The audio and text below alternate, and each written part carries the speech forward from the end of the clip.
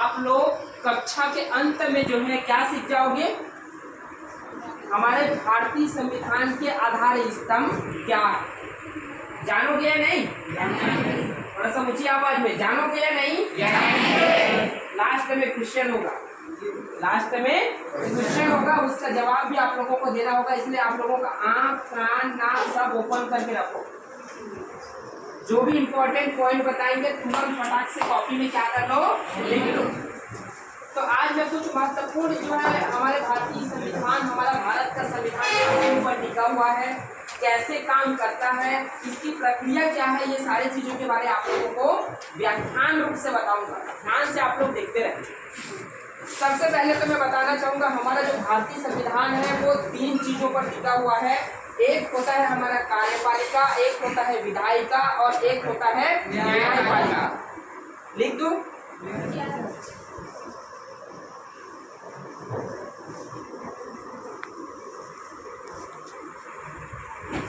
ये हो गया कार्यपालिका, एक एक करके बताएं।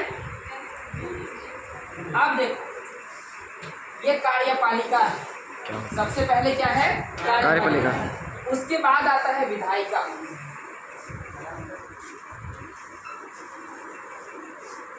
उसके बाद क्या आता है? विधायिका। उसके बाद लास्ट में आता है न्यायपालिका।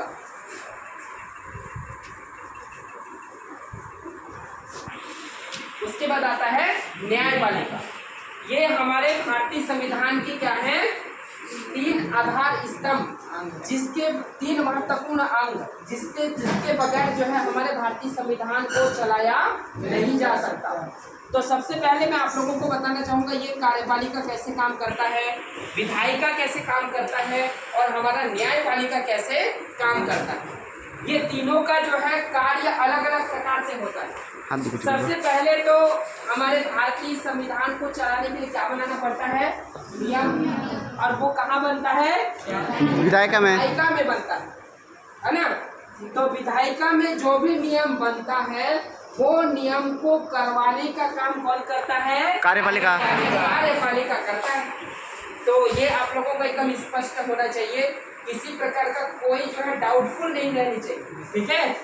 तो कोई भी जो विधायिका, कोई भी नियम, कोई भी कानून पारित होता है तो वो जो है कहाँ पर इम्प्लीमेंट होता है? कार्यपालिका। कार्यपालिका। अब देखो कार्यपालिका के भी जो है कुछ स्तर। कार्यपालिका एक तो केंद्र सरकार का भी कार्यपालिका के कुछ दायित्व होते हैं और राज्य का भी होता है। तो हम इसको 2 क्राइटेरिया में बांट देते हैं। एक हो गया केंद्र और एक हो गया राज्य। अब देखो केंद्र में कौन कौन आते होंगे और राज्य में कौन कौन आते होंगे। आप लोगों में किसको किसको पता है केंद्र में कार्यपालिका के अंग कौन कौन होते हैं?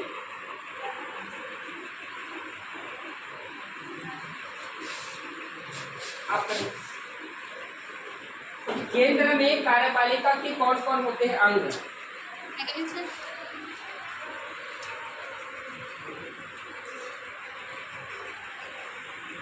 अभिजीत,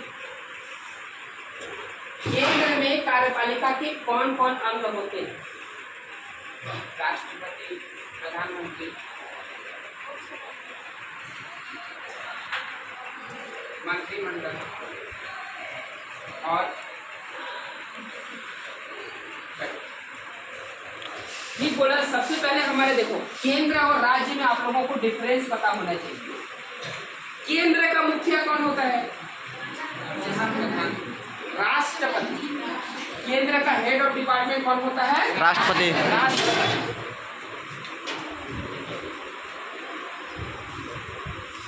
उसके बाद आता है उपराष्ट्रपति।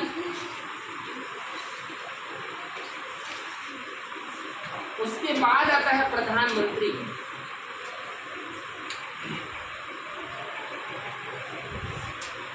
उसके बाद प्रधानमंत्री के बाद मंत्रिमंडल।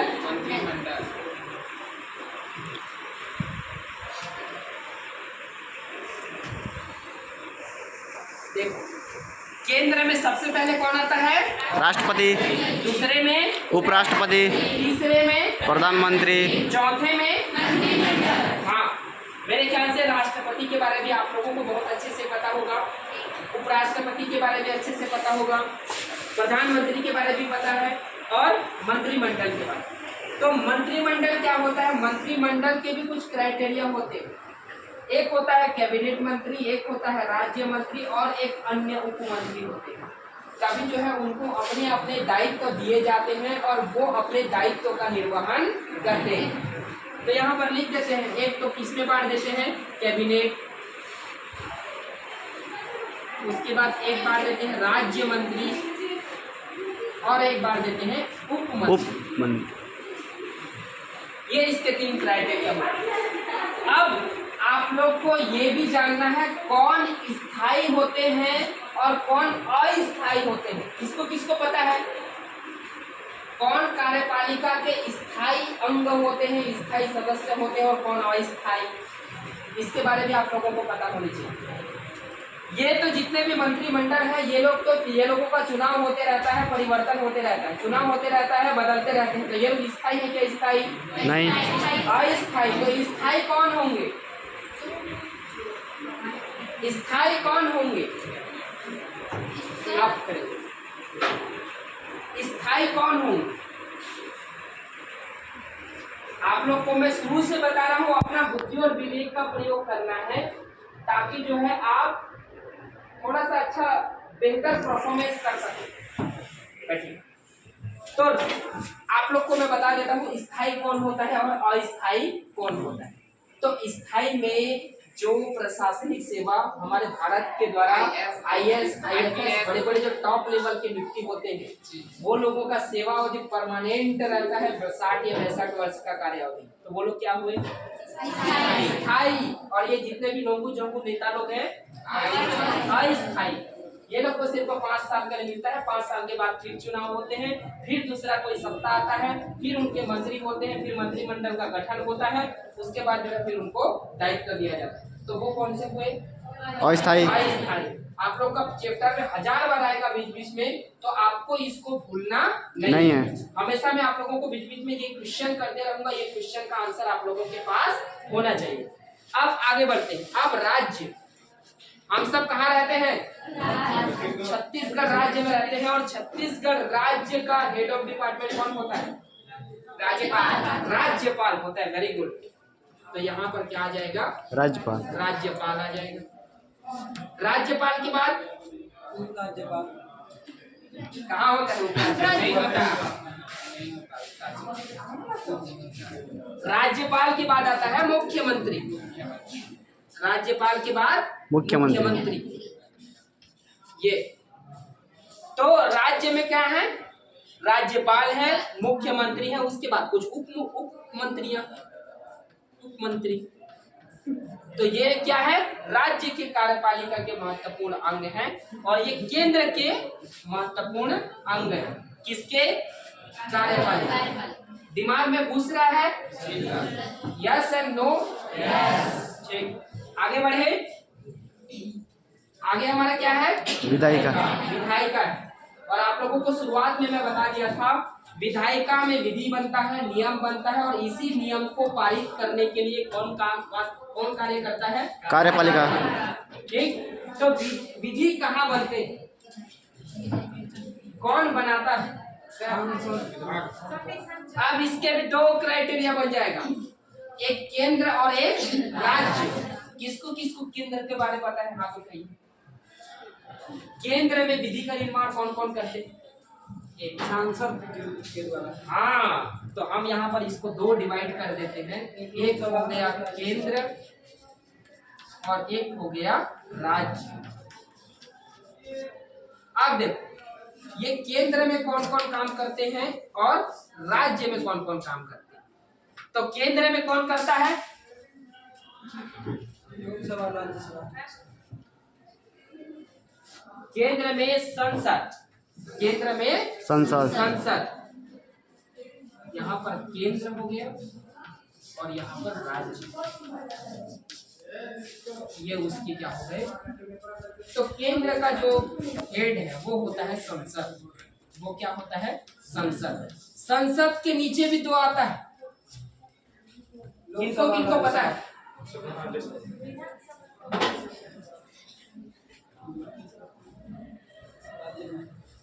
श्रद्धा, खड़े हो जाओ। श्रद्धा का फोटो आ रहा है? ठीक, चल बता बेटा। जूम करके दिखाऊं कैसे? बता जी, मतलब तेरे को इनाम मिले। 101 रुपया। संसद के कौन कौन से होते हैं अंग, महत्वपूर्ण अंग? वो सुन लिया मैं। पीछे से आ जाइए, पीछे से खड़े हो। गलत, वो केंद्र का नहीं, आप विधानसभा बोलिए ना, इसलिए गलत। बैठिए। और इधर पीछे से जो बता सकते, जिसको पता है, प्रयास भी कर सकते हो आप लोग बताने का। ये मत बोलना कि, ये मत सोचिए कि आप लोग मैं बोलूंगा तो गलत हो जाएगा। बैठिए, आप खड़े हैं।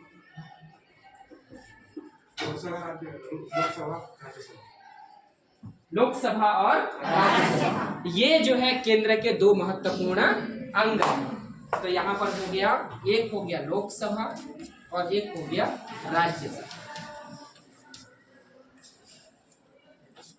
Very good. वैसे आप लोगों को जवाब देना है एकदम कॉन्फिडेंस के साथ, तभी जो है आप उसको आपके आंसर शीट में भी क्या कर पाओगे, लिख पाओगे। तो हमारे जो केंद्र लेवल है उसमें विधि निर्माण करने वाले जो हेड ऑफ डिपार्टमेंट है उनका दायित्व किनको मिलता है, संसद को।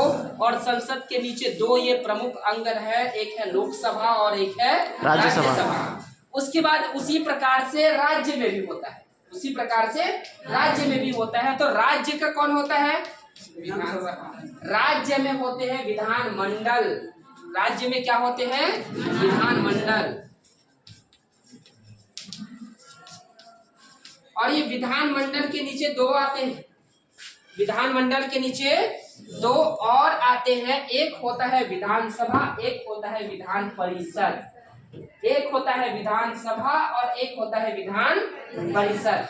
अब आप लोगों को पता होने चाहिए, ये पूरा टोटल आप लोगों को मैप बना करके दे दिया हूँ और ये पूरे टोटल आप द्वितीय प्रश्न पत्र में पढ़ोगे।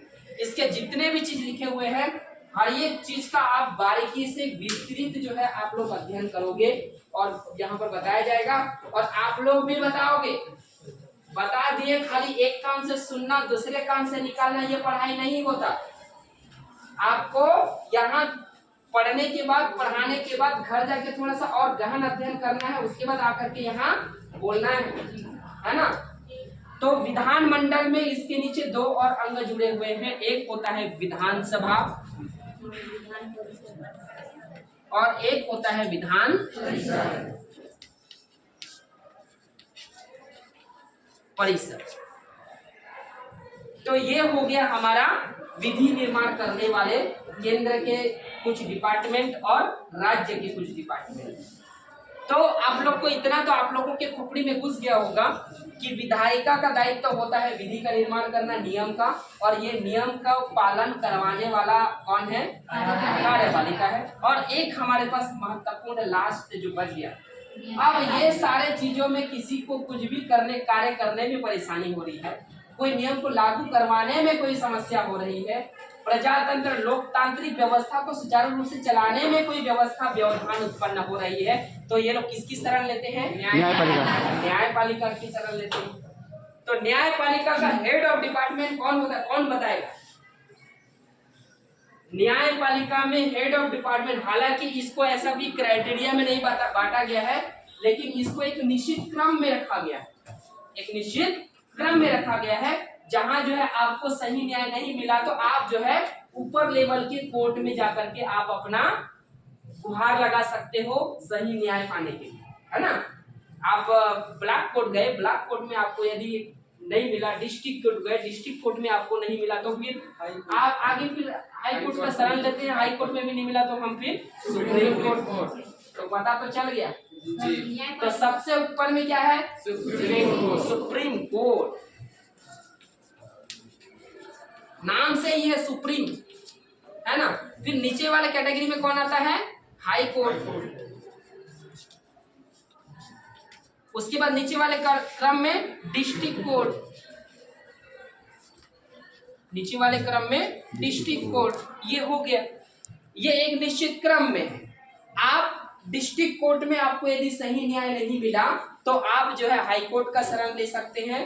हाई कोर्ट में भी लगता है कि हाई कोर्ट का भी डिसीजन आपके ऊपर सही नहीं हुआ है, तब की स्थिति में आप किसका शरण लोगे? सुप्रीम कोर्ट का। तो ये है हमारा न्यायपालिका, और ये पूरा तीनों जो है हमारे भारतीय संविधान का क्या है? आधार स्तंभ है। हमारे भारतीय प्रशासन को, हमारे भारतीय संविधान को चलाने का रीढ़ का हड्डी माना जाता है। क्या माना जाता है? रीढ़ का हड्डी। यदि हम यहाँ पर त्रिभुजाकार में बना दें तो ये बन गया हमारा, ये हो गया आपका कार्यपालिका, ये हो गया विधायिका, और ये हो गया यहाँ पर न्यायपालिका। तो ये तीन आधार स्तंभ हुए, 1, 2 और 3। तो इसी प्रकार ये तीनों को आपको पूरे टोटल आपका द्वितीय प्रश्न पत्र में याद रखना है। इसके बगैर आप द्वितीय प्रश्न पत्र को अच्छे से समझ नहीं पाओगे, इसलिए सबको मैं आगे बारी बारी से खड़े करा करके पूछूंगा। अभी मैं कुछ बच्चों को पूछूंगा, जो पढ़ाया गया है, जो बताया गया है, उसी को आपको क्या करना है? बताना है। किसको किसको समझ में आ गया, जो अच्छे से बता सकते हो ईमानदारी से खड़े हो जाए, एक एक करके। जिसको समझ में आ गया, अभिजीत यहाँ पर आपके सामने है, चेहरे के सामने जी, थोड़ा ऊंची आवाज में बताइए। Yes sir. क्या है कार्यपालिका? क्या है, इसके कौन कौन अंग हैं? सर कार्यपालिका के 2 अंग हैं, केंद्र और राज्य, केंद्र सरकार और राज्य सरकार। केंद्र सरकार के अंतर्गत राष्ट्रपति, उपराष्ट्रपति, प्रधानमंत्री और मंत्रिमंडल। आगे आगे मंत्रिमंडल के अंदर कैबिनेट मंत्री, राज्य मंत्री और उप मंत्री होते हैं। हाँ, और आगे और राज्यसभा के अंतर्गत हेड ऑफ डिपार्टमेंट जो है राज्यपाल होता है, उसके बाद मुख्यमंत्री होता है और उप मंत्री और मंत्री परिषद। ठीक, वेरी गुड।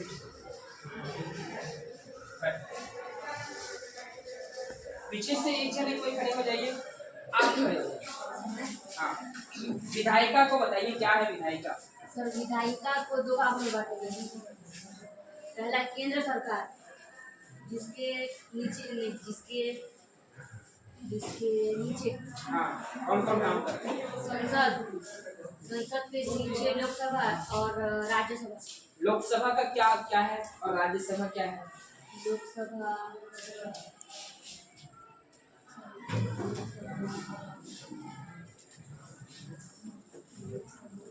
बैठिए। अब यहाँ पर आप लोगों के लिए यहाँ पर एक चिंतनशील क्वेश्चन पैदा होता है। लोकसभा में कुछ सदस्य होते हैं और राज्यसभा में भी कुछ सदस्य होते हैं। लोकसभा के वर्तमान जो सभापति हैं कौन है? ओम बिरला। कौन है? ओम बिरला। हमारे भारत के राष्ट्रपति, वर्तमान राष्ट्रपति कौन है? द्रौपदी मुर्मू। हाँ, उपराष्ट्रपति कौन है? जगदीश। प्रधानमंत्री कौन है? नरेंद्र मोदी। दामोदर नरेंद्र मोदी। हाँ, वेरी गुड। तो उसके नीचे और भी बहुत सारे क्या हैं? मंत्री हैं। अब देखो, एक बार यहाँ पर हमारा प्रधानमंत्री आ गया, ठीक है, यहाँ पर हमारा राष्ट्रपति भी आ गया, उपराष्ट्रपति भी आ गया। तो यहाँ पर देखो, हमारे जो कार्यपालिका के जो अंग हैं वो विधायिका के भी कुछ अंग होते हैं। तो एक व्यक्ति एक साथ 2 जो है हमारे भारतीय संविधान के महत्वपूर्ण अंग के सदस्य का दायित्व निभा सकते हैं। अब कहाँ पर होगा? भारत का जो राष्ट्रपति होता है वो स्वयं राज्यसभा का सभापति होता है। क्या होता है? यहाँ पर सभापति, राज्यसभा में सभापति का रोल करेगा कौन? राष्ट्रपति। उसके बाद उपराष्ट्रपति। उपराष्ट्रपति जो है राज्यसभा का क्या होता है? पदे सभापति होता है, ठीक है। उसके बाद प्रधानमंत्री भी लोकसभा का भी सदस्य हो सकता है और राज्यसभा का भी सदस्य हो सकता है। तो इसी प्रकार एक जो व्यक्ति है दोनों जगह का क्या निभा सकता है? दायित्व। एक ही व्यक्ति, एक यानी कि डबल रोल। एक व्यक्ति का दोनों जगह क्या है, दोनों जगह जो है अपना रोल अदा कर सकता है। प्रधानमंत्री लोकसभा और राज्यसभा की वो बीच की कड़ी है जो दोनों तरफ निभाती है। हाँ ठीक, तो आगे आप जाएगा लोगों बेटा, को समझ में आया आगे जाएगा। कार्यपालिका क्या है, विधायिका क्या है, समझ में आया, जी सर। न्यायपालिका क्या है, समझ में आया। जी सर। अब आप लोगों को इसका लिखा हो, आप लोग लिखिए। जी, जी। ठीक, वेरी गुड, स्टॉप कर दीजिए।